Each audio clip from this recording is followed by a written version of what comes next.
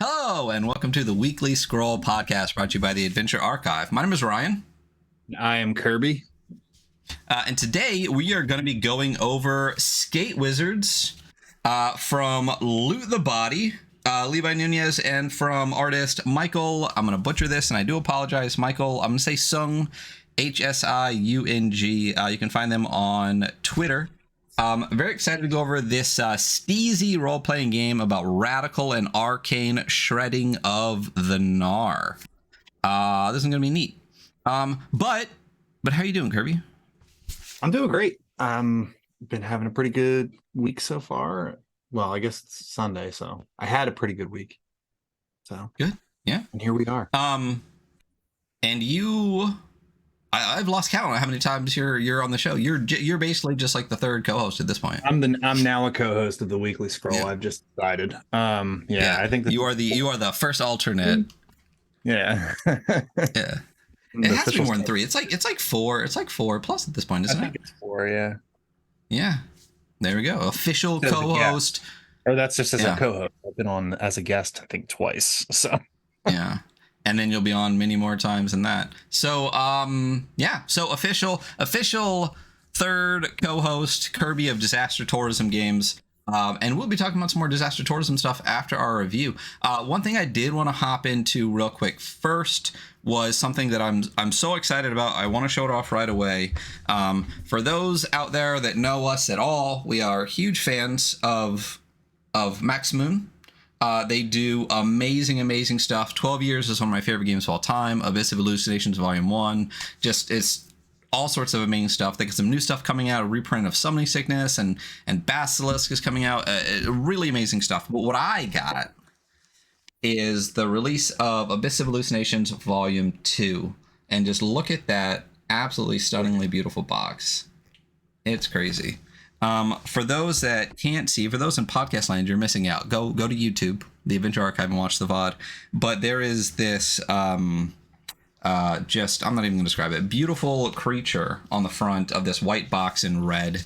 And inside, because I went full bore too, because if you listen to podcasts, you're not surprised. I don't need to explain it. But what's also right here, for those that haven't seen it before, let me turn the blur off real quick. Right above my shoulder is the one of two, the Book of Lies Dark version. Like, this is the only one of this copy that exists in the world in this way from Max. And that was part of this as well. It's a reprint of the Book of Lies. And then inside the box here, we have Abyss of Hallucination sticker. What's up? That's very cool. That's a very cool art right there. It's so cool. The artist, and I don't know why my brain is literally turning off. It's oh my god, someone in chat knows, and then I feel like a complete ass for not putting it together in my brain real quick, because their art is absolutely stunningly amazing. Let me see if it's I actually think I might know who it is, because I think me and Maxwell, we were talking about picking an artist for a project we're working on. I think they might have mentioned this artist. Let me see. We got a lot of stuff, but Tom Davis, David Hoskins. I'm so sorry for that, but let me show you the rest of what's in here. And it also comes with this pamphlet, The Vaults of Eternity. It is a compatible with Merkborg pamphlet adventure. Really gorgeous. Love the color. It's this like cream color with like gold printing on it. Really fantastic. It's got that sticker in a giant poster, which is cool. I also got a t-shirt with this on it. Really amazing. And this is numbered 20 of 22. It comes with a printing of the Book of Lies, and if anyone's had Abyss of Hallucinations before, this gold on pink printing is absolutely stunning. I can only imagine the process to doing this, since Max does so much of the stuff by hand. was quite difficult, but you can't tell on the shot here, but it's printed on it, so it's like a layer on the zine. It's not printed on like into the paper, you know what I mean? It's kind of like on the paper. So all of these little pinks like shapes here are cut out through like this whitish pinkish like overlay over top of it. It's really gorgeous. So that is the Book of Lies. Then there is the Book of Law in the same style with that pink and gold. And then there are two versions of the actual Abyss of Hallucinations. There is the regular version, which is this guy right here. And then I'll take it out of the wrapping. You can tell this one's a little bit brighter. The colors are a little bit bolder. You see right off the bat, you can tell, well, especially on the back, you can see that the one is much darker than the other. And this one is actually a zine with a bookmark ribbon, which is amazing. And it's got a real nice... though, Ryan. In the zine, I can actually click on the page and it auto flips for me. And then it's got this beautiful sigil in the back. This is one of the unique versions, a higher tier that you can get. And even on the front, like you can just tell in like the coloring just how much more bold this is in this. And like this is absolutely stunning. The regular version is stunning. And then you see this version, you're like, wow, like you can definitely tell like it's just a little bit more vibrant all the way through. Really, really amazing. And then like more of the art inside, which is really cool. And they did it's just got a different vibe to it. So like this, the regular version is like black, white, nice and crisp, but the sigiled version has this kind of like weathered kind of vibe to it. When you look at the art, it's definitely got a whole different thing. So really, really amazing. Definitely wanted to talk about that right away. You know, Max Moon is an amazing friend of the show, friend to, I mean, you know Max pretty well. I know you've chatted with Max a whole lot. And just an awesome human being and great person in the ttrpg industry. If you ever get a chance to work with them, they're absolutely amazing. Really, really, really it's a great person. So and makes fantastic stuff. So excited for this, excited for all the stuff that Max puts out. Definitely wanted to show that off right away. Glad we got a chance to. And once again, just look at the box. It's so good. That's fucking beautiful, man. Isn't it? Oh. So yeah. So let me put that off to the side, and we'll get right into Skate Wizards. What did you think about Skate Wizards when you first started picking it up? Thought it was goofy and fun, and and that's about all I needed. Like when I read through it, I wasn't honestly sure what I was hopping in. Like I've heard people talk about it a bunch of times. I've seen it a bunch of times. I just never ended up picking it up. But then when I was reading through it, I wasn't really sure like what was going to happen. And it's fucking extremely simple. Just like it is what you think it is when you know, literally it's when you hear a steezy role-playing game about radical and arcane shredding of the gnar. And it just looks like a goofy fucking fun game to just play, like especially because of the simplicity of it. And how fast like rolling up a character takes like maybe 30 seconds, like or less. Yeah. Like I feel like it's just one of the it's like a perfect game to play if one of your sorry, I got zoned out when I was reading Insane Ozo's question because I was thinking of a different game that was not related to that.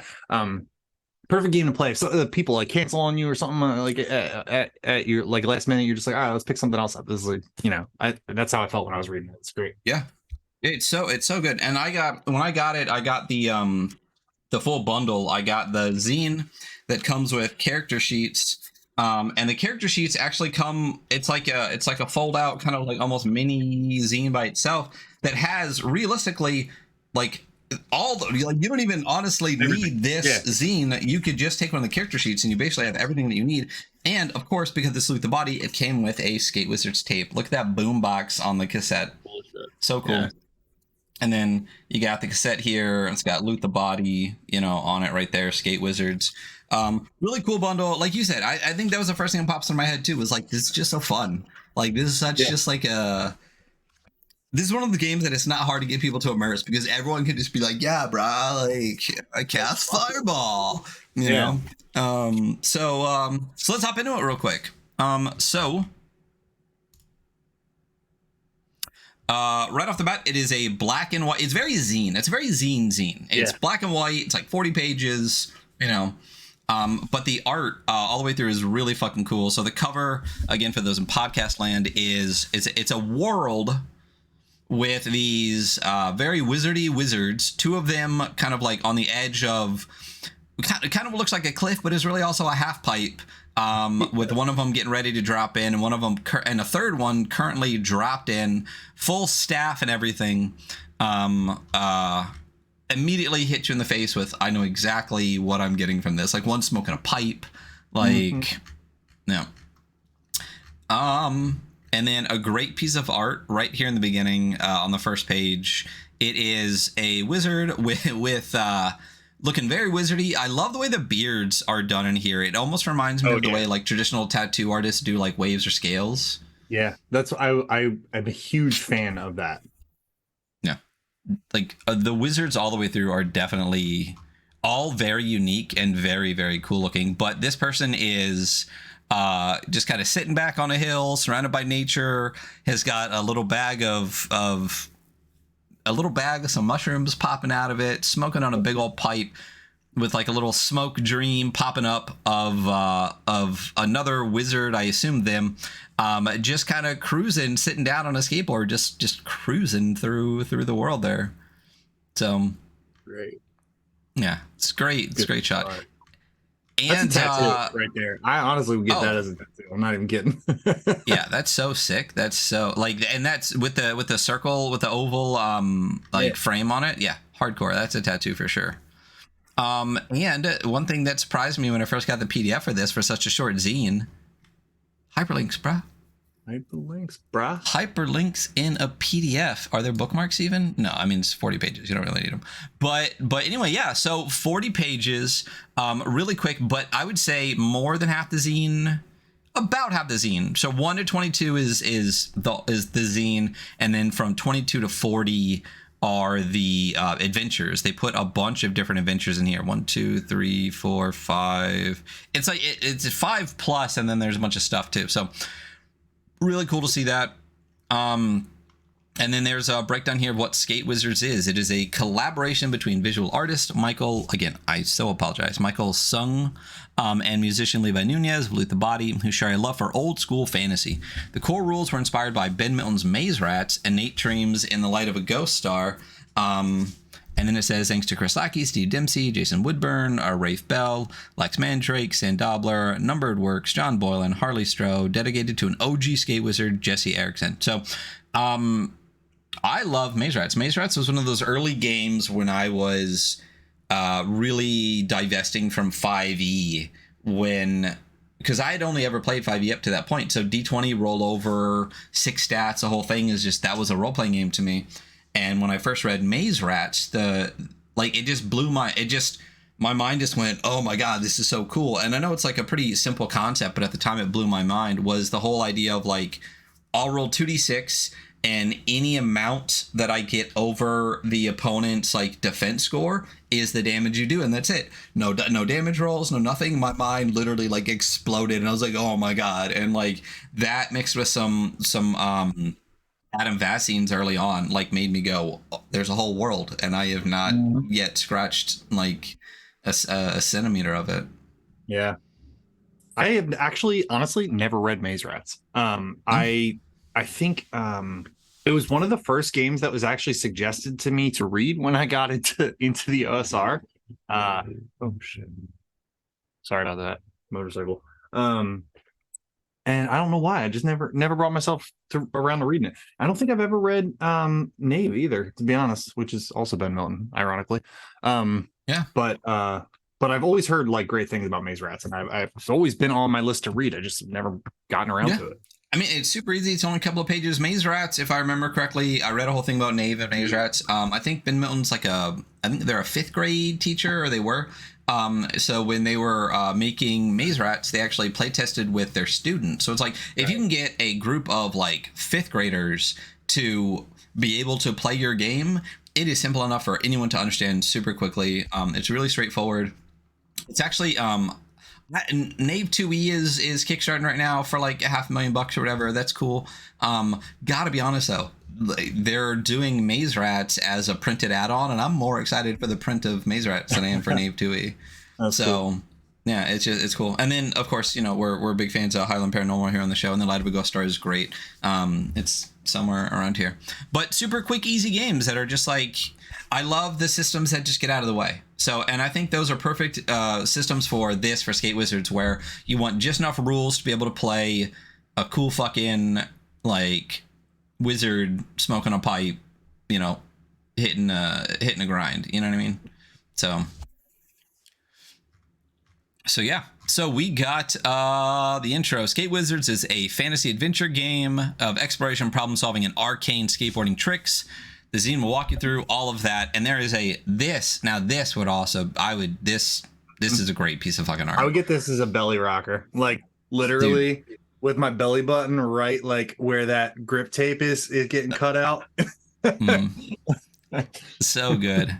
So for those in podcast land, this is a table of wizards, and there is 1 2 3 4 5 6 1 2 3 4 I'm gonna touch it 1 2 3 4 5 6 7 8 9 10 11 12 13 14 15 16 17 18 19 20 21 22 23 23 or 24 wizards around a table, all smoking their pipes, all unique. The art is so cool. There is a board on the table, exactly like you said, with like grip tape getting cut out. There are wheels, there's the skate key, there's screwdriver, there's everything.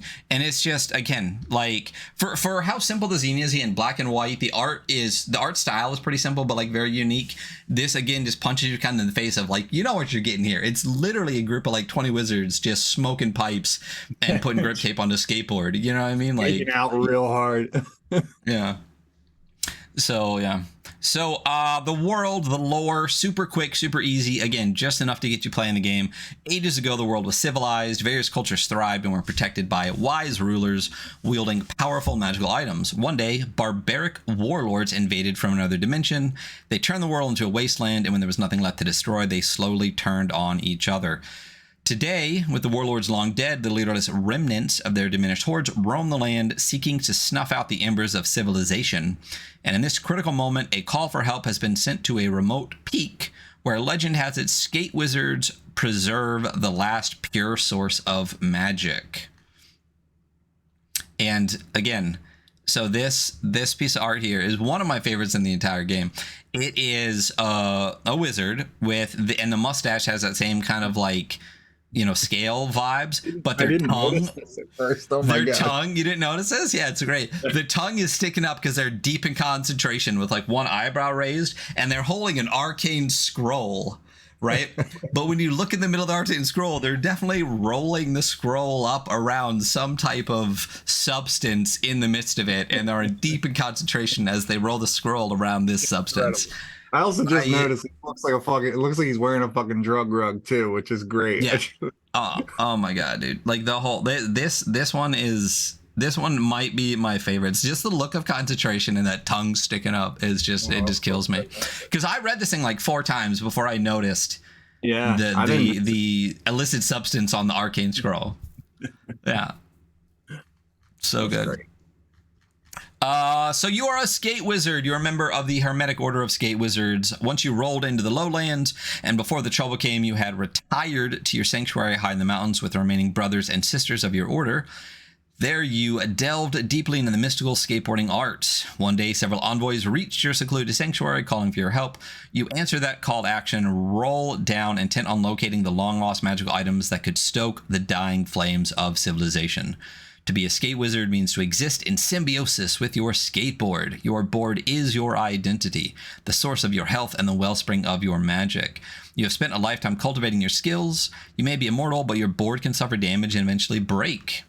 And that's the whole setup. You are your board, and you are in a world that has been ravaged by warlords, and you have been asked to kind of clean up the remnants of it and bring back, civilization to where it was pre-destruction. And that's it. Character creation, 6 quick steps. Do you want to make a character as we go through this, so we can have some. Let's do it. I got dice right here. Yeah, cool. So 6 steps to character creation. We love us a numbered list of character creation, makes it super easy. You got abilities, number 1. Number 2, health and defense. Number 3, permanent spells. Number 4, rando spells. Number 5, bootleg spells. And then you got items. A lot of spells. It's a game about wizards.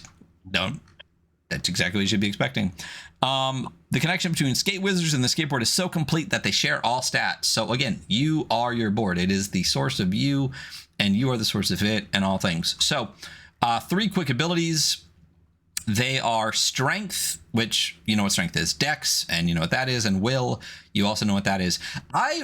So for your stats, you roll a 1d6 on a table that randomly determines your stats. I really like this. How did you feel about that? Yeah.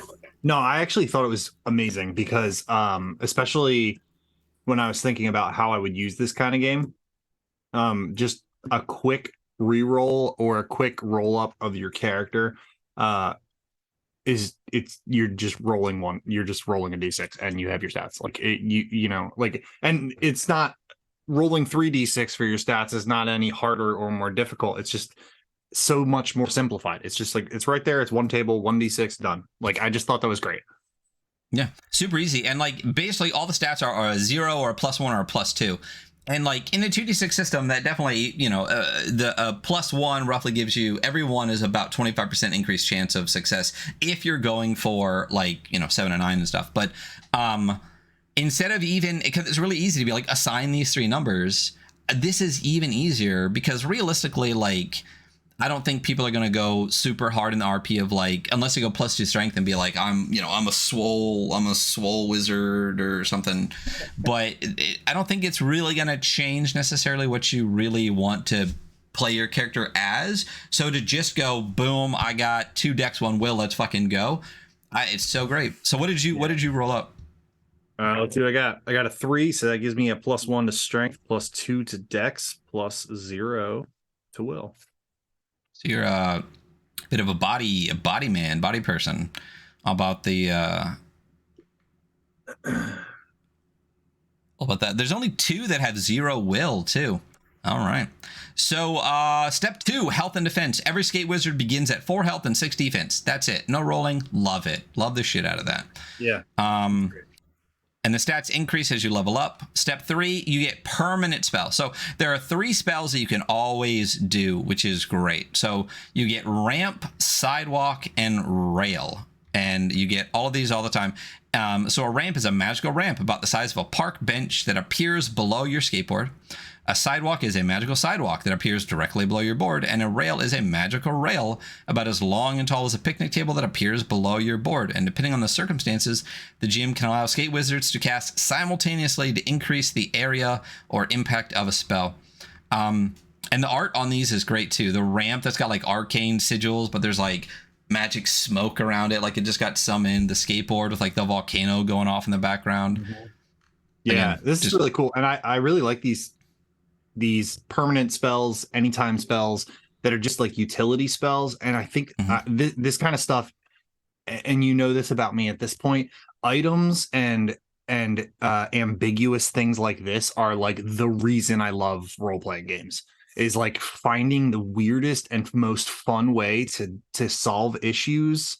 I can already see like 100 different ways I could use these 3 stupid little spells for a skateboard. Like, it's just, this kind of shit is just so fun to me.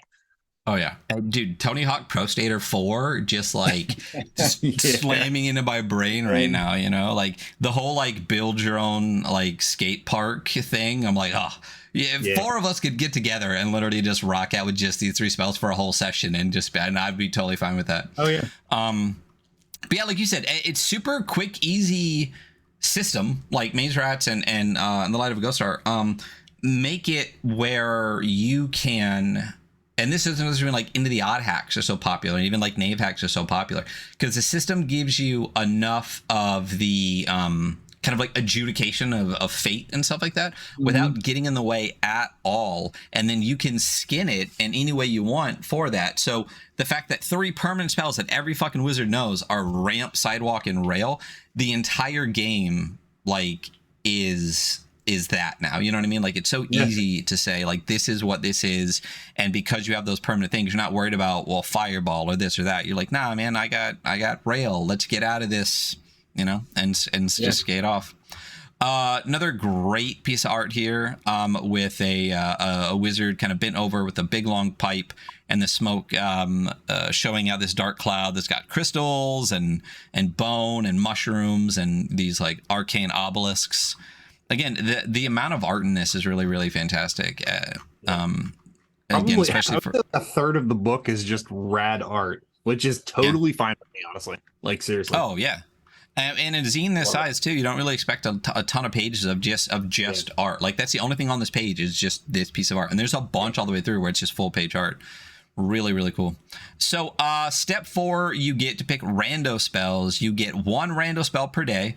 Once that spell is cast, PCs must wait until the next day to roll a new rando spell. So every day in the world, you get a new rando spell. It's a D12 column, and you roll 4 D12, and it gives you like a, like for example, all the ones are awesome, animating, acid, armor. So I forget the order which words work, but in the English language, there's a specific, you would never say like acid, awesome, animating, armor. You know what I mean?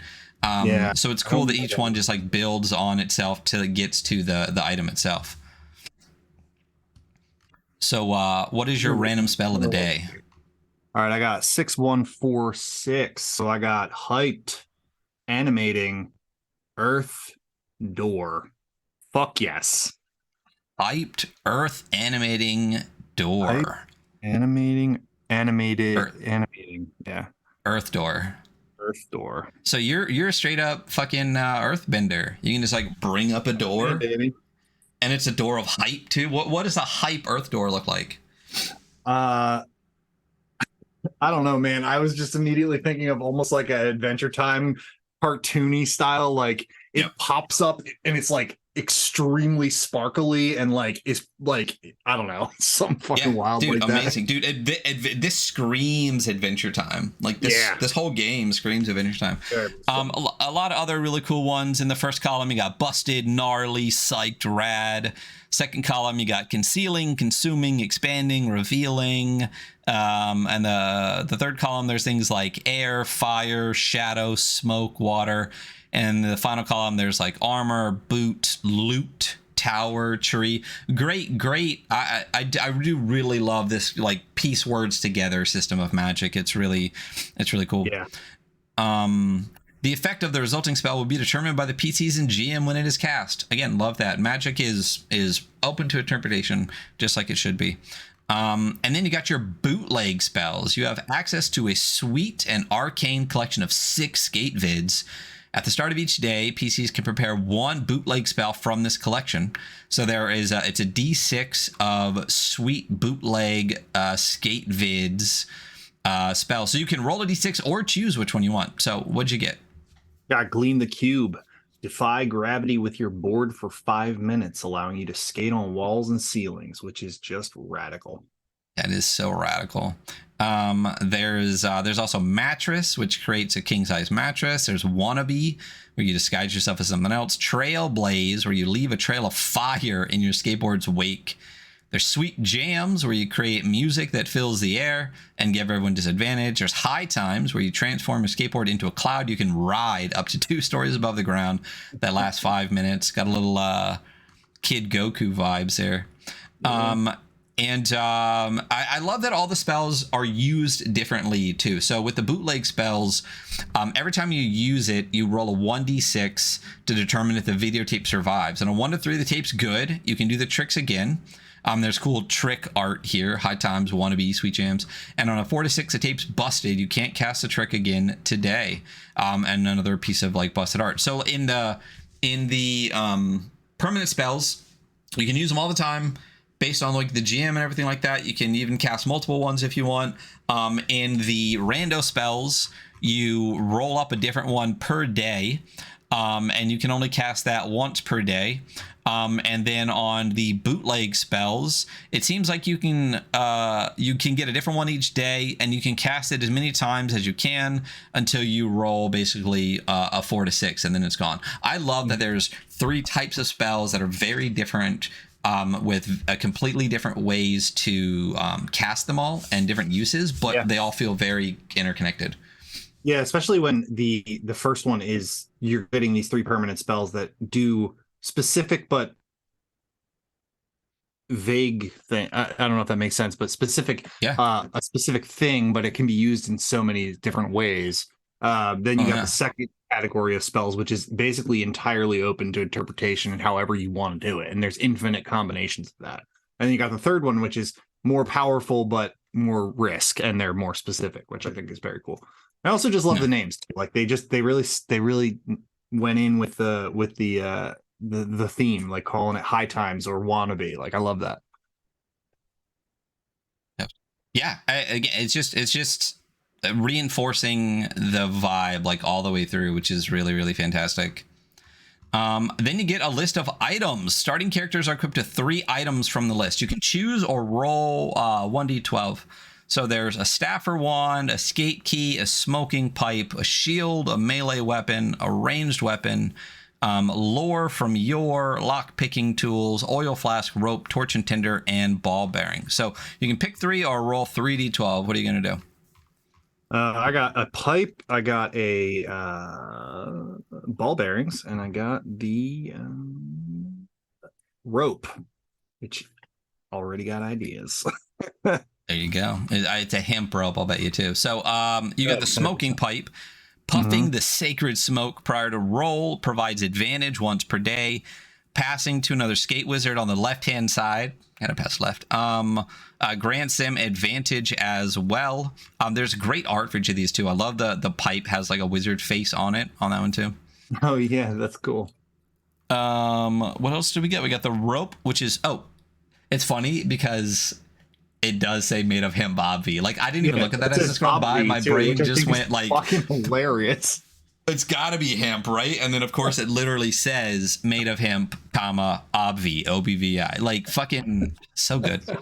And then you got the ball bearings, pouch full taken from the prototype of a new mega skate wheel design you've been messing with, a bag of ball bearings. So really, really cool. And again, like pick 1 or choose 12, do that, and that's it. And that's kind of like the setup for a character. Super fucking easy. Realistically, at the end of the day, you're doing what? Like 1d6, 4d12, 3d12. Like you're rolling maybe like 8 dice in like 4 steps, and then you're done. Yeah. Like super easy.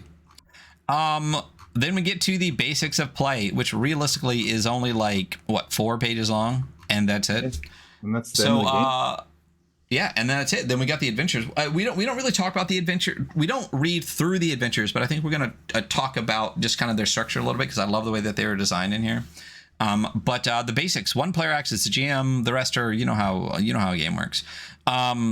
We don't need to go that. Pencils, papers, actions, things like that. So danger rolls, whenever possible, just talk out, how everything works, resolve it without that. But if it's risky enough that it requires it, you can roll a danger roll, which is just 2d6 and adding your relevant bonus. So one of the things I love the most about 2d6, it's my favorite RPG dice to roll because there's a million fucking ways to roll 2d6. Because there is this kind of thing where it's you roll 2d6, anything 10 or higher is a success and anything less is a fail. There's not a mixed success to it. There's just a target number. Best Left Berry does the same thing. I think the target number, and like Orbital Blues does, but it's like a 9. There's a mixed success style of 2d6. There is like Necro Nautilus style, which is again a completely different style of 2d6 where rolling like doubles changes things completely. There's just so many ways to do 2d6 as a dice system. Like Vermhack from Charles Ferguson Avery does a whole different kind of thing too. But this is just 2d6, 10 or higher, and that's the core of the entire game. Just roll higher than a 10 on a 2d6. And the other thing I love about 2d6 is almost everyone somewhere has 2d6 in their house. You can pull out your Yahtzee or your Monopoly or something like that, and you got them. There's also opposed rolls. If one PC takes action against another, you do an opposed danger roll. Both PCs make their 2d6 danger roll, trying to beat the other's total instead of trying to get 10 or higher. Defender, win, ties, great, super clean. Initiative, both sides roll a die when combat breaks out, re-rolling any ties. The side with the higher roll will act first, followed by the other side. On a side's turn, each of the characters in order may move/skate 30 feet and take one action, straightforward. Types of actions include attacking, casting a spell, using an item. And if a group ambushes another group, it automatically gains initiative and advantage on attack rolls in the first round. And the leader of the ambush group may be permitted a will danger roll to avoid surprise. I like that. I like that you could do like an opposed or like a will check to avoid the surprise specifically to the leader. It's like a nice little like one line, really changes the course of combat quickly. Advantage, disadvantage, you know what that is. It's 2d6, so roll 36 and take the higher or the lower. That's advantage and disadvantage, super easy. And then combat, I really like how they list like 1, 2, 3, this is how it works. It's really, I really like when RPGs, when they're talking about rules, talk about the rules. And when they're talking about like lore and vibes, they dig into that. But number 1, the attacker makes an attack roll, AR, by rolling 2d6 and adding his or her attack bonus, AB, if applicable. Number 2, compare the attacker's total to the defender's defense number, which is their DN. If the attacker's total exceeds the defender's defense number, the attack hits and deals damage to the defender equal to the difference between the two scores. So, what is your defense number to start? My defense number 6 when at the start, yeah. So if I roll 2d6 and I get an 8, that means I hit you and I roll and I get 2 damage on you. Super easy. Love it. Straightforward. Weapons add to the damage, but not the attack roll. And unarmed strikes, unarmed attacks subtract 1 damage, regardless of how much you roll over, and may not reduce a character to 0. So you can't just slap someone into submission or into being a poser. And I like that. Again, super quick, super easy. Yeah. If the attacker rolled double 6s, the roll is a critical. The total damage is doubled or some other effect is applied at the GM's discretion. Subtract the damage from the defender's health. So this isn't entirely Maze Rats. Wait, or is that Tunnel Goons I'm thinking of? I think I'm thinking of Tunnel Goons, because in Tunnel Goons, which is also from Nate Dream, it's a similar system with the 2d6 roll over, but their defense number is reduced by that amount every time. So if you start with an 8 and I roll a 10, that's 2, but your defense number goes from 8 to 6. So it makes combat super quick, because the more something gets hurt, the easier it is to defeat each time. So I think that's what jumped into my head. So this is just a reduction of your defense number each time. And casting a spell takes an action. And it manifests in a way that everyone decides. Skate wizards possess their own source of magic. Non-skate wizard magical items will not work for them. Those who try will lose their skate wizard abilities and become posers. I love this. Oh my god! Oh my god! Oh, so good. It's so good. So we'll get to posers in just a second. Real quick, we got encumbrance. All of the PC's items must have a recorded location. Worn in a satchel or on the belt or carried in his or her hands. PCs can grab belt items in combat at any time, but satchel items take 1d6 rounds to find. And money, although precious metals and jewels still have value for some, there's no money in this post-apocalyptic civilization. Bartering is how things work. The only thing about this, and maybe I'm completely missing it, is how many items can you carry? Does it not care? And it's just like, don't be ridiculous. But I don't think there's anything I remember seeing where it said how many items you can have. No, there isn't, and I don't think that. I don't really think it matters. I actually like this. In my opinion, the way I'm reading this is that if you have a belt pouch or a belt, you have your chest or something like that. That's one thing on one spot, right? Or you can just say everything is in your bag instead of trying to come up with more and more and more things. But I also feel like that's a GM arbitration thing. Like, okay, everybody has like a side pouch and like a bandolier with 4, like whatever, you know? But I actually really like the way that the encumbrance system works in this game. I think it's really, really good. Well, what's interesting too, and I think one of the reasons why it doesn't really matter how many items you have, because you're a fucking wizard. Your bag could be infinite. What does the character sheet look like that you have in person? Does it have any like anything on there for that? I'm curious. It has 1 through 4 for items. Okay, all right. Maybe that's what it was then. So maybe it's just 1 through 4, but also another reason why I don't think it really matters that much. Maybe there is something a little different in the character sheet. Is there anything that talks about encumbrance on here? Although it does, you know what? It is 1 through 4. You're right, because it says worn on the belt and in your hands. That's 4, and then you have the satchel. So it must be for 4 individual items, because that's the way Torchbearer actually works. Is that you have carried and wielded, I think, for your hands, and then you have on your torso, you have like various slots for carried, and in bags can increase your carried. So I think it might be working that way, where you have 4 slots basically, and then you have a satchel you can put as many things as you want in, but you have to roll d6 rounds to find. Well, that's the thing. It was like you could have a million things in your pouch, but it takes 1d6 rounds to find the thing you're looking for. Yeah, which makes sense because, again, it's a magical fucking bag. You're a wizard. You could have a million things in there. But like, if it's not on, it basically discourages in a non-discouraging way you from fucking around in your satchel while you're in combat, because if you roll a 6, that's 6 rounds where you're literally just like, oh man, I gotta find my thing. I know I got that like, hash in here somewhere. Yeah. Right, and everyone is like fucking like grinding and casting spells and stuff all around you in combat, and you're literally just like hyper focused digging in your bag. And I'm like, that's me, but like, it's really clean and really easy way to not have to write it. This is like what 1 sentence for the entire item like system. So basically you can have 4 items on your body, and then good luck digging it out of your satchel if you want.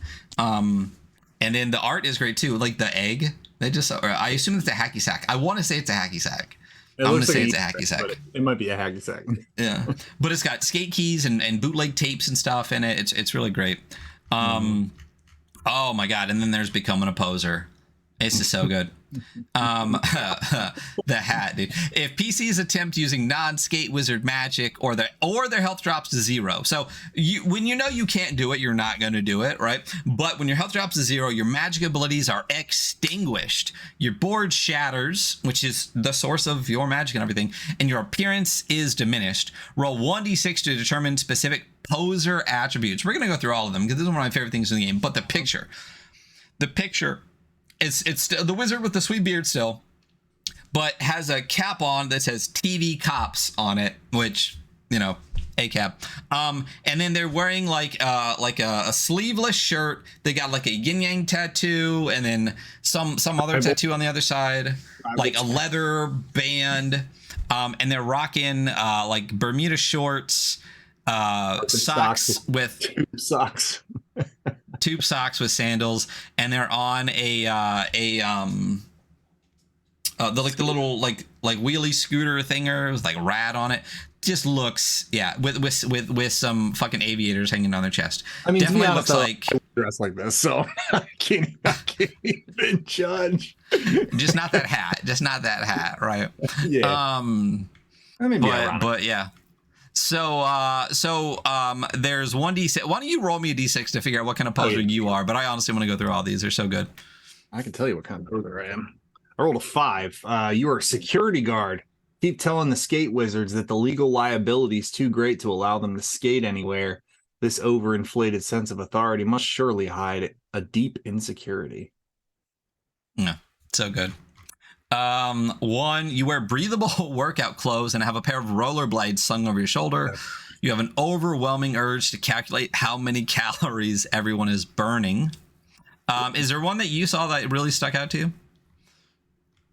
It was the scooter one, which is number 6. You have a 2-wheeled scooter you can't use. Nevertheless, you insist on explaining why your scooter is just as cool as a skateboard. Oh my God, so good. Yeah. And number 2 is you wear the latest streetwear, quote unquote. In one hand, you're maw grabbing a skateboard that has never been and will never be used. In your other hand, you're holding a sending stone with which you're live streaming to an audience of 0. Oh my God. That's awesome. 3, you have a sensible haircut and wear a suit and tie. You have the irresistible urge to convince the skate wizards that they should monetize their brand. 4, every item of clothing you have is branded with the names and logos of obscure brands. Your irresistible urge to talk about how cool the brands are is only there to mask the fact that you've never actually listened to any of them. Oh, bands. I'm sorry. Bands. Yeah, I was about to correct yeah. you. Yeah. And you've never listened to any of them. That's such great posers, you know. And what I love too is like if you die like mid-adventure, I almost want to like not have you reroll a character. You are just this dude just posing the rest of the time where like everything everyone does. Yeah. I mean, that's the way I would do it. I'm trying to see that. Yeah, in the next spot when it talks about healing, it actually goes over like how to handle that. But I would definitely make it like a thing that happens for a while, especially when you're like making a new character and you're coming back from being a poser. I love that there's actually like rules to handle that. So good. Yeah, and those rules specifically. So healing, I kind of like the healing. I mean, I'm you know, I like brutal dark shit that you don't heal a lot, but I like this. Skate wizards recover 1 health when they eat a meal, preferably a burrito, and get a full night of rest. 24 hours of rest in a safe location restores all health to injured PCs. I really like that because basically, like, if you sleep for the night but you're still out adventuring, you only get 1 health back, and you only start with how many? Is it like 4? 4, yeah. Yeah. But if you're done adventuring and you're in a town somewhere and you get a full 24 hours where you're just chilling, you know, listening to some tunes, hacky sacking, then you get all your health back. I like that really easy. And then what you were saying is if a poser wants to become a skate wizard again, he or she must go through the character creation process by bonding with a new skateboard as a level 1 skate wizard. The process takes 24 hours and requires the remaining PCs to craft a new deck, inscribe it with fresh wounds, and chill around the campfire with the poser. I feel almost like that picture in the beginning with like the wizards all around the board was them almost like unposering somebody. Yeah. But I could see a whole session where people are just like, all right, we have an hour around the campfire. Wizards and poser, go. And that would be so much fucking fun. Oh yeah. And I actually love the idea of having like almost like like a hex crawl back to like their fucking their board shop or whatever. And they just got this fucking loser hanging out with like the whole way back. Oh man. Yeah. Not participating in combat, fucking just like off to the side, like flipping their scooter around, but like banging their shins and shit. Doing and shit. Oh my god. So good. Leveling up, quick and easy. All skate wizards begin at level 1 and gain levels over the course of the campaign. At the end of each session, the GM will grant experience points for every yes given to the following 3 questions. Did you show up? Important question. If so, you get 1 XP. Did you overcome a difficult challenge? 1 XP. Did you recover a magical item? 1 XP. And you can get 1 to 3 XPs every session, which is great. I really like that. I like how simple it is. In systems that use XP, I love point by XP with this like kind of question thing. Death in Space does a really good job of it, but there's like 10 questions. I kind of like how it's just like really easy, quick 3 questions, just move on because, you know, yeah. And then leveling up. So you get features up to level 7 and then you're about done. So level 2 requires 2 XP. And that's plus 2 max health, plus 1 to an ability bonus. That's huge, like right off the bat. Level 3, 6 XP, plus 2 max health, and then you get either an attack bonus or a rando spell, or you gain a whole nother rando spell. Level 4 is 12, and that's plus 2 max health and plus 1 to an ability again. Level 5 plus 2 max health, and it repeats. So level 5, it takes 20, and you get to pick 1, the attack bonus or rando. 6 is 30, and it's 2 max health and ability bonus. And 7 is 42, and it's 2 max health, and you pick one of the others. So there's 2 different things that alternate as you go through, but each time as you go up, you'll end up with 2, 4, 6, 8, 10, 12. So you'll end up with 16 HP at level 7. You'll end up with an attack bonus, an ability bonus of 1, 2, 3 extra ability bonuses, and then either 3 attack bonuses or rando spells or any variation of that. Another cool wizard. I like that a lot. It's so just incredibly simple. Only thing I wish that there was clarification on was the attack bonus before it's mentioned, because I had no, like, when I first read the combat section, I was like literally like scrolling back through the rules, like looking for attack bonus, like where the hell is attack? I had no idea what it was. And then I control F and found it in 4 pages later in the leveling up section. And I was like, oh, okay, it's just literally a thing you get when you level up. That was the only thing, honestly, I was like, what the fuck is happening here? But otherwise, it's yeah. Well, what's your attack bonus at level 0? 0. You don't have an attack bonus. Oh, interesting. Do the weapons give you an attack bonus at all? We didn't talk about the weapons at all. Melee weapon adds +1 damage, but not to attack rolls. No. So yeah. So there really just isn't an attack bonus. Yeah. Or and just to make sure we're not completely making shit up, when we go back to the stats, raw power, stamina. What's up? I said, if I'm wrong, correct me, but that was just how I was. I think that's it. Yeah, I don't see it either. So I would start with 0, and then you just get increased attack, so you can get up to a +3, which makes sense in a G6 system that like your max would be +3. So yeah, again, super quick and easy, really great. I just love that a lot. I scrolled way too far, so sorry for those watching that I'm giving preview. Right, or seizures too as I scroll fast. So more wizard art here at the bottom. So then we get into all the various adventures and stuff, and I really like the way that they lay out these adventures. It also does remind me of, it still reminds me of like Nate Dream a little bit, and like I really love the way that Nate and Highland Paranormal does their adventures, because they don't guide you, they just give you what's there. And it's never like, you know, you might go into a room and there's 3 goblins trying to break into, like, go through a locked door, and that's all you fucking get. It doesn't say, you know, if you approach them stealthily, they'll do this, but if you do this, they'll call in another room's this. You know what I mean? Like, I really like that it's just like, here is the situation, and then between you and the GM, just go with it. And I think that this kind of channels that a bit, as far as just like, here's description without too much guidance or storytelling beats or anything like that. Yeah, I've actually had several conversations about this style of writing adventures recently, and it's very fun. I was talking to my partner Kristen about it like a week ago when we were, or I guess it was a little more than a week ago, finalizing the adventure book for Guild.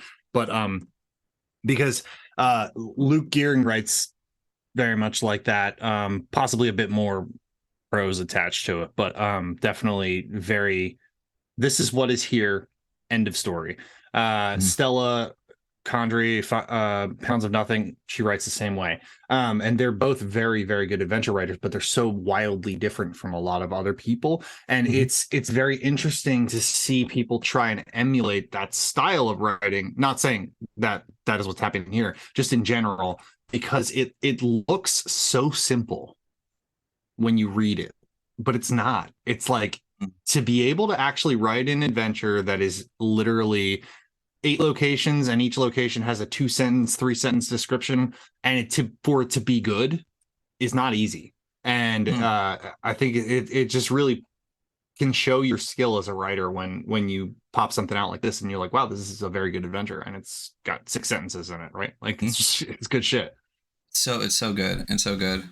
So again, we don't really read adventures a lot, but I think just touching on how they're written here is a good idea. I also love this page here where the scroll, and they're definitely crumbling something up onto the scroll again. But this is kind of like almost like a hex map situation here for like a lot of the adventure parts later. But just to go over the one, so Stonegrave Valley is kind of where like a lot of stuff is happening, because so there's like a whole basically campaign here, and then all the following adventures from it. So the world campaign situation with the little hex map here is the Stonegrave Valley. This is a big location. Ages ago, this was the most beautiful valley in the land. The warlords had built opulent monuments to glorify themselves and their deeds. When they died, they were buried in sealed tombs created to protect their treasure hoards. As time went on, the beautiful valley has become desolate, weather-worn, and haunted by an ancient evil that resides there. Again, great piece of art. And then these are the different locations, and then it gives you the locations later, and that's what we're not going to go over. But it says, below are the notable locations in the Stonegrave Valley. The skate wizards can encounter them through research, happenstance, or by learning about them through interactions with NPCs. The tomb of Grell the Gratuitous, a sulfuric stench rises from cracks in the earth. Somewhere below, a lava pit eats away at the final resting place of the goblin warlord who took the axe of the dwarvish lords. Again, like, as a as an like adventure intro, exactly like you said, 2 sentences and that's it. It doesn't give you must do this, you have to do that, here's what you need to do. It literally says this is what the location looks like, here is a person in it, like go, and you do whatever you want to do. You yeah. do the thing that you decide. Yeah, it's great. Yeah. If you do you want to go for the axe of the dwarf swords, go for it. If you don't, you don't. That's cool. Tomb of Silas the Slayer, small bone fragments around a crumbled stone archway. Beneath the rubble is the entrance to the cave of Whispering Bones, where rumors say the gauntlets of ogre power can be found. So finding a magical item is one of the 3 things to getting XP. So the adventures are really based around here's location, here's magic item, here's the circumstances around like getting that, and then you go. There's the Temple of Brazoth, the Tomb of Mystek the Necromancer. I like this one. A crystal door awaits on an outcropping of glassy black rock. It is possible the cubic gate lies within. And that's 4 locations right there. And then it talks about the different places where it'll give you the lore from Yore, which talks about like, you know, where the active dwarves lords came from. It gives you NPCs in the valley here, which is a bunch of different ones with different it gives, just for example, Furnace Stompfoot, it gives stats, a feisty halfling stuck inside the belly of a huge snake she managed to kill. And then there you go. Again, I'm not going to give too much away. Great art, love the dwarf here. There's an after the adventure section, so things change as you go through, and it actually guides through. It literally says like, this is what happens, and then level up, and then you keep going. So there's literally a whole like kind of like campaign for half of this book. There's the tomb. It's got some great art for that, all numbered and everything. There's a table. What is the lava doing? A D6 table. Love those. And that's it. So again, scrolling to look at some art, but not talking about the adventures too much, because guess what you should do? You should buy the fucking book. The ogre gloves. Still, even through all this, lots of great art. Half page here of like a dragon skeleton below a pile. I love this little piece of art here. This is in the Temple of Brazoth on the second layer. There's like heads on pikes. Yeah, that's great. Love that. And then that's pretty much it. The rest is art and things that we're not going to talk about because, once again, buy the book. There is a thing at the end, though. Skate trick names. This is on the back of the character sheet, too. Skate tricks are magical and different from any you may be familiar with. Feel free to make up your trick names or roll a D20 on each column from left to right to name your signature move. So there's 1, 2, 3... There's 5 D20s. It's 3 D20s and then with A, and then 2 D20s. So why don't you roll up 5 D20s and tell me your signature move? All right, I got 7, 8, 16, 9, 9. So we got a Grayside Monger plug. Grayside Monger plug with a 9 with a Wumpus dollop. Nice. Fucking stupid as shit, and I fucking love it. So good, dude. So good. I have to roll one of these up too. I got 10, 8, 10, 12, 7. So I got a soggy monger goat with a muffin smack.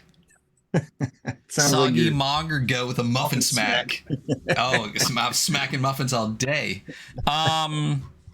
So yeah, and then another great full page kind of like framed piece of art with a mysterious wizard with a wand holding some crystals. There's a very Sauron-y tower in the back with the dark sun and everything. And then there we go. So the back page here, once the world was cool, then it sucked for a really long time. Now it has a chance to be cool again or suck forever. It's all up to the skate wizards. And there's an interesting dude. It's a wizard fully robed out on a skateboard holding a boombox being dragged by a definitely an interesting looking beer belly centaur holding a drinking horn and pissing on the ground. And for 1 or 2 flips throughs, I definitely saw this front leg was something else, and then the piss was coming from somewhere else, but that's great. And then I love here at the end, I think I cut it off on stream a little bit, but more hyperlinks. Get the character sheets at michaelsung.itch.io. You just click it, and it does hyperlink out, which is great. Listen to sweet Skate Wizard jams at lootthebody.bandcamp.com, and check out more of Michael's art at Michael, again, MichaelChsiung.com. Check out their art, which is really fantastic.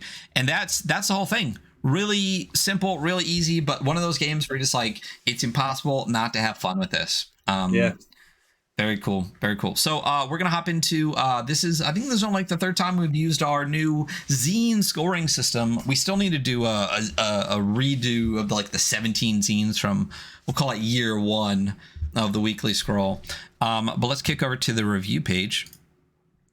So for those that don't know, we review zines a little differently. On our regular games, there's 5 kind of like metrics that we use, and we've reduced that to 3 for zines because some of them just don't really apply to something so small. And I mean, this is a zine. And again, to go over what you get with the zine, it is the zine itself, 2 character, if you get the bundle, 2 character sheets, and then the skate. The tape. It also comes with the set of dice too. I think the random, I got a dope green set, but I think I tucked it in a box somewhere back here. So that's the whole bundle here. And we'll talk about where to get that and how much that costs in a second. But starting off with our metrics, these 3 metrics are visuals, rule set, and vibes. It's a reduction of the 5 down. So visuals are a combination of basically like art and layout, which is what we use in the other one. So visuals, we'll also throw like hyperlinks and stuff in here too, but for zines that are less than 40 pages, hyperlinks are a little bit less important than like an 80-page book. So it's a bonus, not a knock. So as far as the layout, the art style, it is the art's great, but it is a black and white zine. What are your just feelings before we get to numbers about the visuals in the game? Oh, I fucking love it. I think it really, especially, I was just thinking as we were kind of closing out on that last page, how even the font choice just really just is perfect. It's a perfect font choice for the game. It almost feels like it was written by Michael who did all the artwork. Like it just feels like it's part of it. Like it's not in your face. I don't know. It's just everything about the way that the book looks. The layout is really good and extremely simple.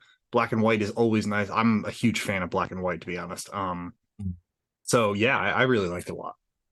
Yeah, I think the visuals are great. I think I do love black and white. I mean, in person, it's definitely kind of like an off-white paper, which is really nice. Sometimes like a super bright white can just be like, kind of in your face a little bit. But yeah, again, the art all the way through. And what I really love too is those pages in the beginning, those like with the frames are actually the inside pages of the front and back cover. So you get both of the, can I hold this up? So you get both of those cool art in the zine right off the bat. I know there's a little blur on it for the thing. So it's great. And like you said, like what's great too is that, let me look at this real quick.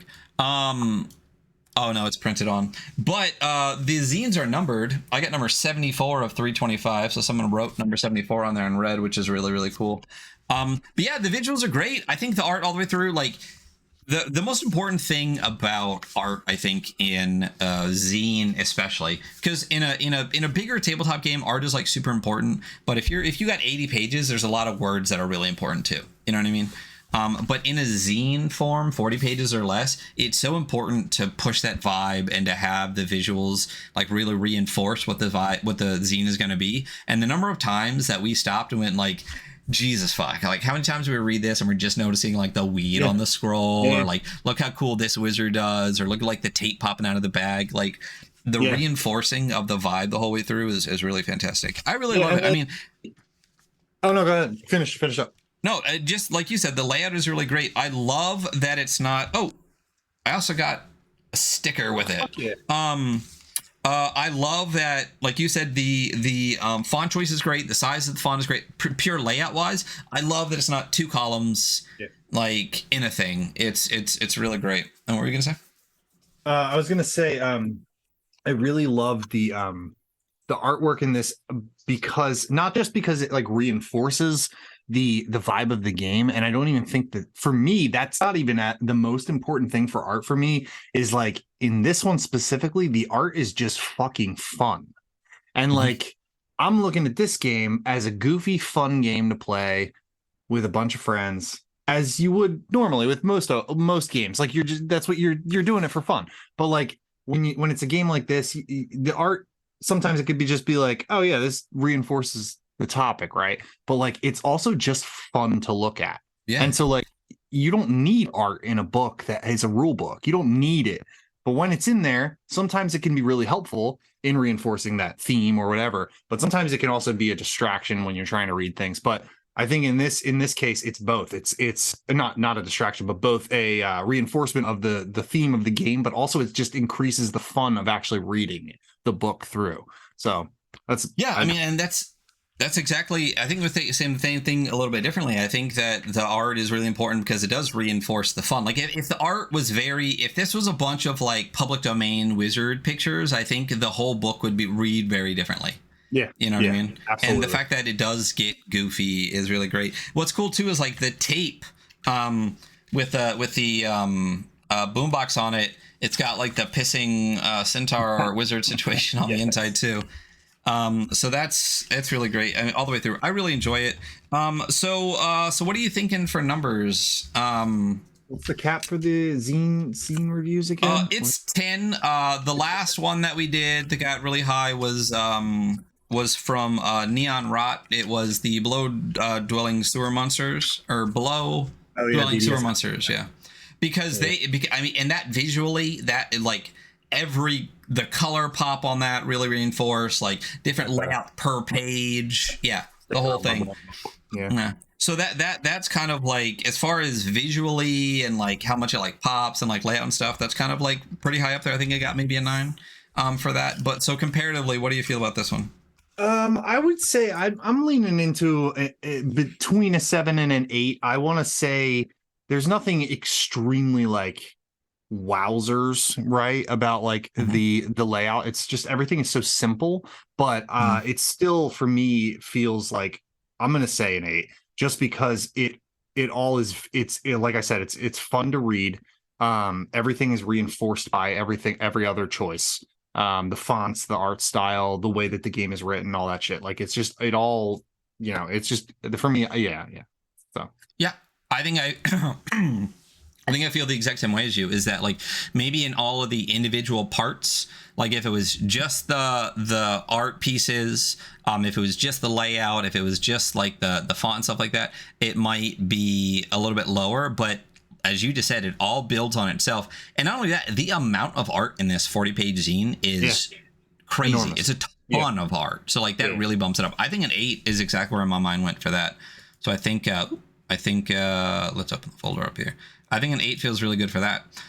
So rule set, same kind of metrics as the other one. Basically, if it is an adapted rule set, how well is it adapted? If it's a new rule set, how do we like it? Is it good? Subjectively on our part, subjectively from what we try to be. And since this is kind of like a hack mashup of Maze Rats and In the Light of a Ghost Star, what are your thoughts on the rule set? As far as like an adaptation, I would say it's pretty good. Maybe like I don't know. I think it does a really good job in taking something that already exists and making it its own thing. Like I wouldn't, if they didn't mention that it was a hack of something, I would probably maybe be able to tell if I didn't have a lot of experience in this like circle of RPGs. But it just really kind of takes on its own world as soon as it gets into the actual rule set by itself. So I think it does a pretty good job of like adapting and kind of evolving on itself. Yeah, I mean, this is what you want from a hack, right? Like you want to take the core of what the system that you're trying to hack is and then make it your own. And I think the way that they really reinforce like the spells and everything and the way that those are used, the permanent spells with the ramp and things like that.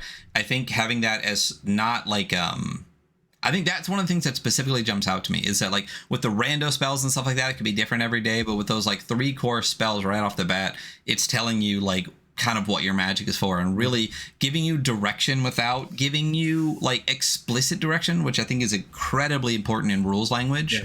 Is it doesn't tell you exactly what you are supposed to do or have to do every time, but in the way it's written and how it's written, it does.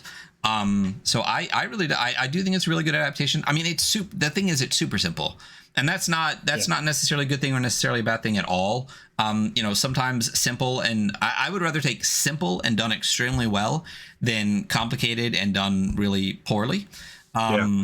But again, like there's nothing about it that's like blowing me away. It's not a completely unique rule set. It's nothing that's different. I think it's an incredibly well done hack.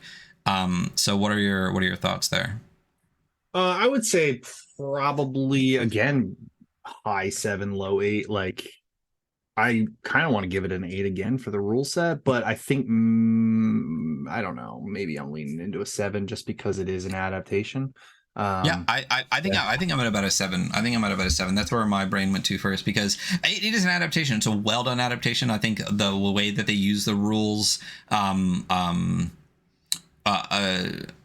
reinforces what they're trying to do, but like 80% of the rules already exist. And then that 20% is well adapted, but I think we would give a little bit more weight to something that's like a completely unique or different system. So but I think 7 fits really well for this because of just how well it is adapted. So I think that feels good. And then vibes. So vibes is very abstract concept for the scores here. Vibes is a little bit of like in the other set, it's a little bit of originality. When I think of vibes, what I think of is how much does actually looking at and reading the zine make me want to play this, and how much does the zine itself reinforce what it wants to be all the time, and how successful is it at what it wants to be. So like it says Skate Wizards, a steezy role-playing game about radical and arcane shredding of the gnar.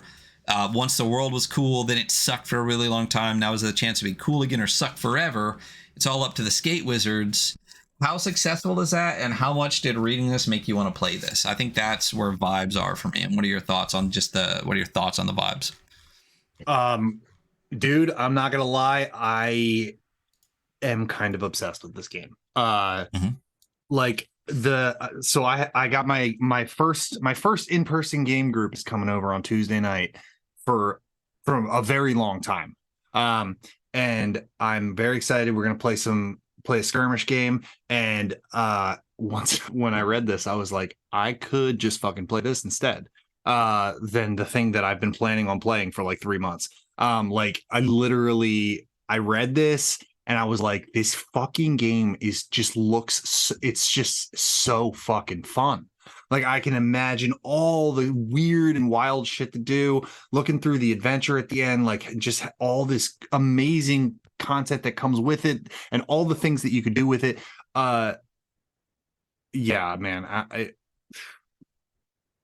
don't want to say my number yet, but yeah. So we gotta be objective each time we come through this. Like for the high numbers, when we compare it to like every other zine you've ever looked at, you know what I mean? We gotta look at it like if we're shooting for like 9s and 10s, that means it's better than 90 or 100% of every other zine you've ever looked at for vibes. I mean, but I think the vibes are high. I think they're really fantastic. I think the art all the way through, as I said before, like the number of times that we looked at the art and we're just like, dude, look at this fucking art. Like this is exactly what you expected and more. I think the only thing that would really up the vibes overall for me, one of the reasons we gave, Below Dwelling Sewer Mutants such a big vibe score was just like the color pop, and like, I mean, this does come with like a bunch of the other stuff, like the character sheets and all that, which are fantastic. Going over those real quick too. I mean, it's got like a skateboard for like your bootleg spell situation with like stickers peeling off. It's got like The scroll here, and then it uses some of the other art inside to make it like really easy. So this is great. I mean, vibes are definitely high. Like as soon as I've read this before and really wanted to go over it, and I felt like this was a really good one for today.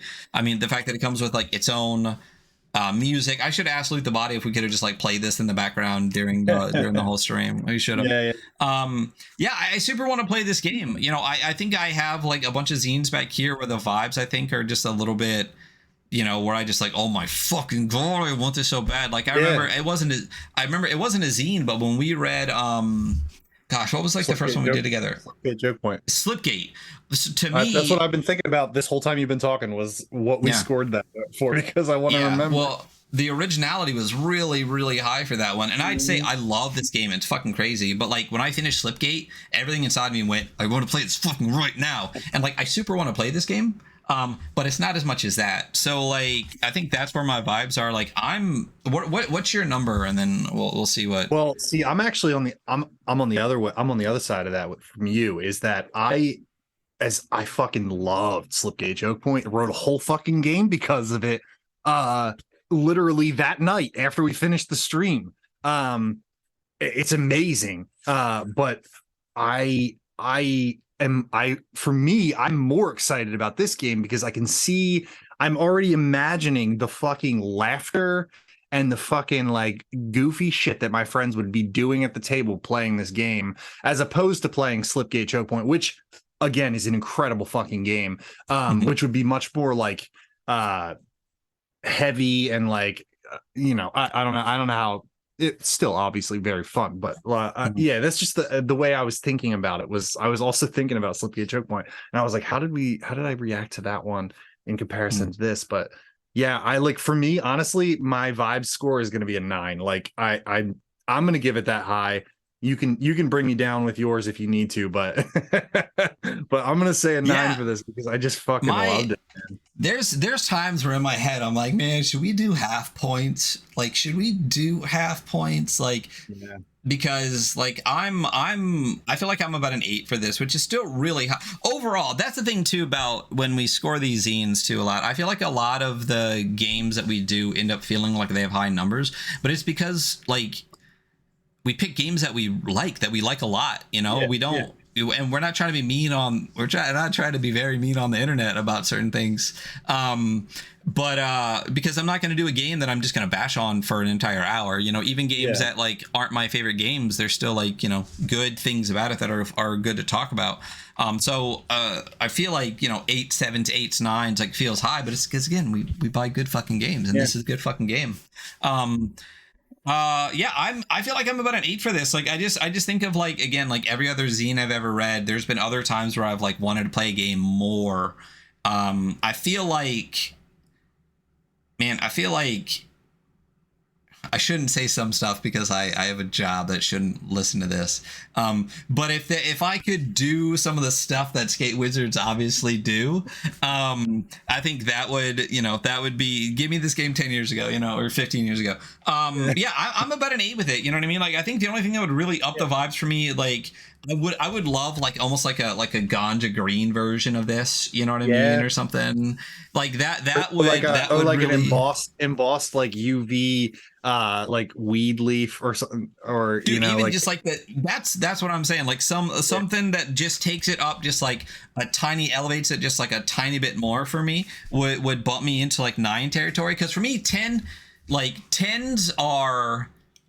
I doubt I'll ever see something better at whatever I just gave a 10 to. You know what I mean? Like, I think in the entire course of like 88 episodes, we've given a total of maybe like 5 or 6 10s across every metric, across every zine and every book. So to give something a 10, it needs to be like literally like God tier, greatest thing in existence. So everything below that becomes like the best you can do is a 9. And I feel like this then gets an 8 for me because I can think of something that zines that I like better than this, and I can imagine a God tier one, and 8 is where I feel for that. Valid. Yeah.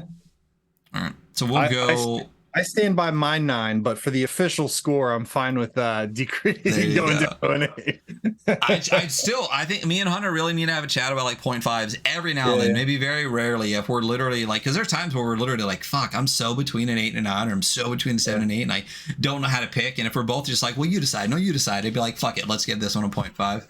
I feel like this might get to the 8.5, but we're gonna go 8 for this. Still fantastic visuals, an 8. Again, the art from Michael, I'm not going to say the last name again because I butchered it already. Fucking fantastic. Definitely check them out. And that again was at Michael C, last name HSIUNG.com. Loot the Body. Once again, amazing soundtrack and amazing soundtracks that are out in the world. Awesome art, or awesome sound for RPGs. And then you can find this game at michaelchung.io. The other thing, oh well, let my ADHD brain stop for a second. What is our total here? We're gonna get 8 plus 7 plus 8. 23. Yeah, so 23 out of 30, which is very, very respectable score. That's really fantastic. It's about where I thought it was. I again really enjoy this game for how simple and quick and easy it is. Like exactly what you want from a zine. It's something that is simple, quick, you can pick up. Like I could grab 4 people that have never played a role-playing game before and in less than 10 minutes be shredding gnar as a fucking wizard, you know? And I love that. You can find the game. I did want to talk about this because we don't talk about value score. That's one thing that we got rid of kind of in this book versus zine, because zines are all roughly the same price, or like $15 or $25 depending on size. So you can actually, let me throw the link into here. skatewizards.bigcartel.com. There's a whole Skate Wizards bundle, which is really fantastic. It is what I got. It is the RPG zine plus a cassette, plus dice, plus stickers. That's what you get. You get dice, you get stickers, you get the soundtrack, you get everything, and it's only $27. For some reason, I feel like it's possibly Canadian, but I'm not sure. So, and if it is, obviously you'd pay less for the USD versus CAD, but more for shipping, and it basically balances out, so don't worry about it. There's another great thing on their shop too called A Brief Illustrated History of Famous Wizards, which is a really cool thing. It's a zine of drawings from 2022 to 2023. Expect wizard, crystal, magical creature types, a type of stuff. Perhaps it's something that can inspire a Skate Wizards game. So there's a whole book with like a pink cover and everything that's really beautiful. That is just a lot more of this dope Skate Wizard drawings, and that's only $12. So cool stuff out there for it. The bundle price for $27 for this is absolutely worth it. I would highly recommend going and grabbing that. And that has been Skate Wizards. That was a good one. Skate Wizards, fucking fun as shit, dude. But so bad. Every time we do one, you're just like, all right, dude, I want to play it. Yeah. And so now we should just now I gotta write a game about those. Gotta go write a Skate Wizards game. We should just have a plan where every time you come on Tuesday night, where we're playing whatever game that we just read, because we both want to. Yeah. So Kirby, Disaster Tourism. For those that are woefully unaware, Disaster Tourism makes amazing fucking games. I have a whole section on my bookshelf back here for Disaster Tourism.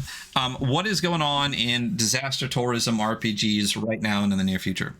A lot of things, man. So we just published the digital version of Guild Sword and Magic for Hire. This is the print proof in my hand right now. I've been waiting for this for so long. And I'm very excited. The digital version is available on our web store. It's on Drive-Thru. It's on Itch. If you buy it on our web store, you get 40% off when the print is available. But that's the digital version of Guild is out. This is my personal love letter to OSR, and also my personal love letter to using items and magic in weird fucking ways. And I'm really proud of it. I hope people like it a lot. We've also got the Guild Adventure Diary, which was the Kickstarter adventure book, with adventures from Stella Condry, Luke Gearing, Christian Sorrell, Amanda P., and then me and my partner. some real good stuff in here. This is also available digitally right now. Will be available in print soon. Just got to get some proof issues fixed, and then the Kickstarter backers will get their books, and everybody else can get theirs after. Also, I have to show this stuff off because this is I have all the physical things now. This is the character pad for the adventure or for guild. So kind of each pad has 50 character sheets on it, and it's a front and back 5x7, which is the exact same size as both books. Which is just I planned it out to be close, and it came out exact, which was amazing. Nice. I was super happy. Also got the reference bookmark, which has like quick reference rules, and then a couple of random tables on the back. So all this stuff is available on our web store, or will be available on our web store physically. We've also got the website guildrpg.quest, which will have currently has PDFs of the bookmark and the character sheet. It will have the plain text edition of Guild and the adventures for free on there, printable versions. It also has a character generator on there that I wrote from scratch in JavaScript as I learned it. So that's pretty cool. So that's Guild stuff. Guildrpg.quest. That will link you back to my web store if you click like buy the books or whatever, and my web store links back there. So and that's we definitely, since Kirby is the third co-host here, when the Guild physical drops, you can definitely expect some more Guild action here on the show. So if you're listening, definitely keep an eye out for that, because we'll be doing a bunch of Guild stuff. It's a great game. Super excited to go over it, and we'll do that. But what else? What else? We so many things. Okay, so next up, we've got the first issue of Dead Horse magazine, which will be coming out in, what's today, the 28th. So I'm gonna say end of June, hopefully. We'll have like pre-orders available for it. And I honestly think that's a long time from now, because Kristen's probably almost done the layout at this point. She works like wicked fast. And that is a horror magazine. They're TTRPG adjacent, but not exclusive. So there are some gameable things in there for tabletop games. Got some great things from like Exeunt Press. Has a really cool Hex Flower like adventure thing in there. Christian Sorrell. Exeunt, I don't know how long they've been doing stuff, but I feel like I just recently discovered them. Just blowing shit up. It's fucking fantastic. The first thing I remember is like the 30 Days of Morporg stuff in October. They put out a bunch of cool stuff. And then just since then, like their Substack, like the adventures, because they're in the Fear bundle with the Eco just put out. Yeah, just seems like a cool person, and their content's really fantastic. So it's awesome that they're in Dead Horse too. Yeah, they got something in there. We've got a bunch of really good stuff in that magazine. I mean, me and Christian and Kristen, Christian Sorrell, Meat Castle Gameware, is the editor-in-chief of Dead Horse. And we all three of us had a very difficult time picking the submissions, because we had a lot of really good submissions. But we narrowed them down to I think 28 things, and then that's not including the interview in it we have with Nick from the Goblin Archives talking. It's more of a Q&A, not necessarily an interview, but we talked like 15 or so questions, just talking about various things about liminal horror and some other stuff. And then there's short fiction in there. There's a couple of poems. There's a lot of really, really cool artwork. Some specifically drawn or made for the magazine itself. So that I'm extremely excited about the Dead Horse magazine. It's like one of the coolest things I think that I've been able to put together. It sounds awesome. Is there a plan to have a series of magazines with this? Absolutely, yeah. So this is issue 1, and the theme for the submissions was uncanny horror, and we went with like we were looking for like Uncanny Valley, like liminal horror style things, since I had started with the concept of doing an interview with Nick. But I think the next issue we haven't. I'm not. This isn't official, but this is just where my head's at right now. Is the next issue will probably be Splatterpunk because that's what I love. And I'm really excited about that because I also would love to interview this author that I know who writes extremely fucked up splatterpunk fiction. And by fucked up I mean really fucked up shit. So and he's good as shit. So I would really like to do an interview with him. So if we can make that work, Splatterpunk will probably be the theme for issue 2, and it'll probably end up being the biannual thing because it's a lot of work to fucking put this shit together. Yeah, especially doing the payouts because everything is profit share. So the entire magazine is profit share. So every submission that gets accepted gets a share of the profit. And yeah.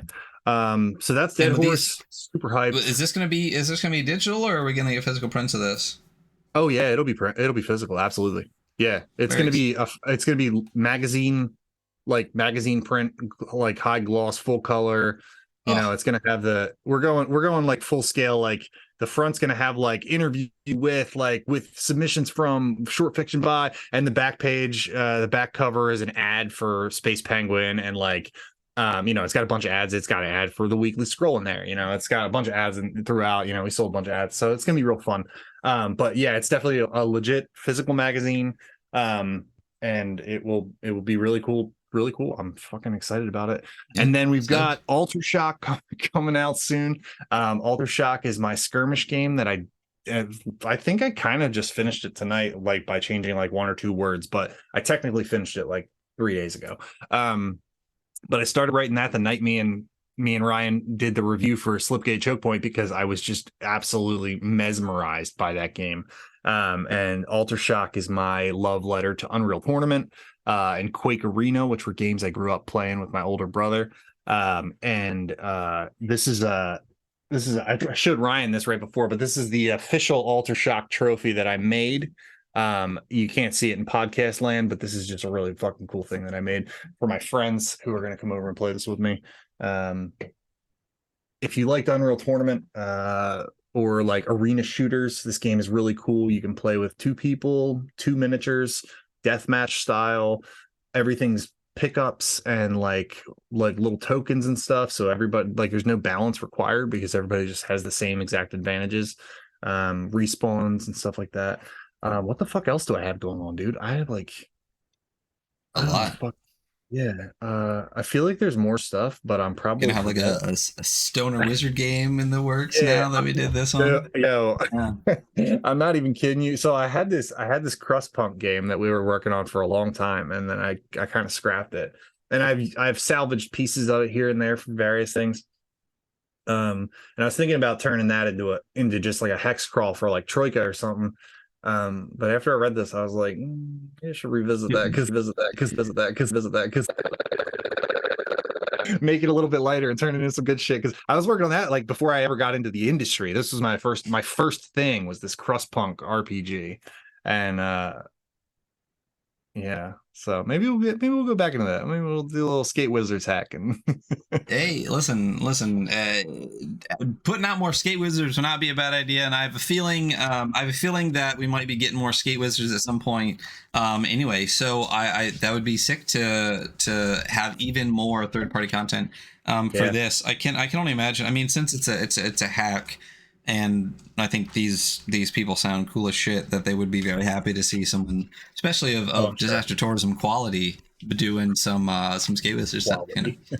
Quality. Hey, shit's sick, dude. I'm super glad that we became friends and that you're the co-host on the show here. It's been really great. You do just awesome content, so it's great to have you on here about this. And once again, like, you'll see Kirby, relatively frequently, depending on what's going on with the show, and every time they drop something, we're gonna be talking about it because it's good shit. So expect that.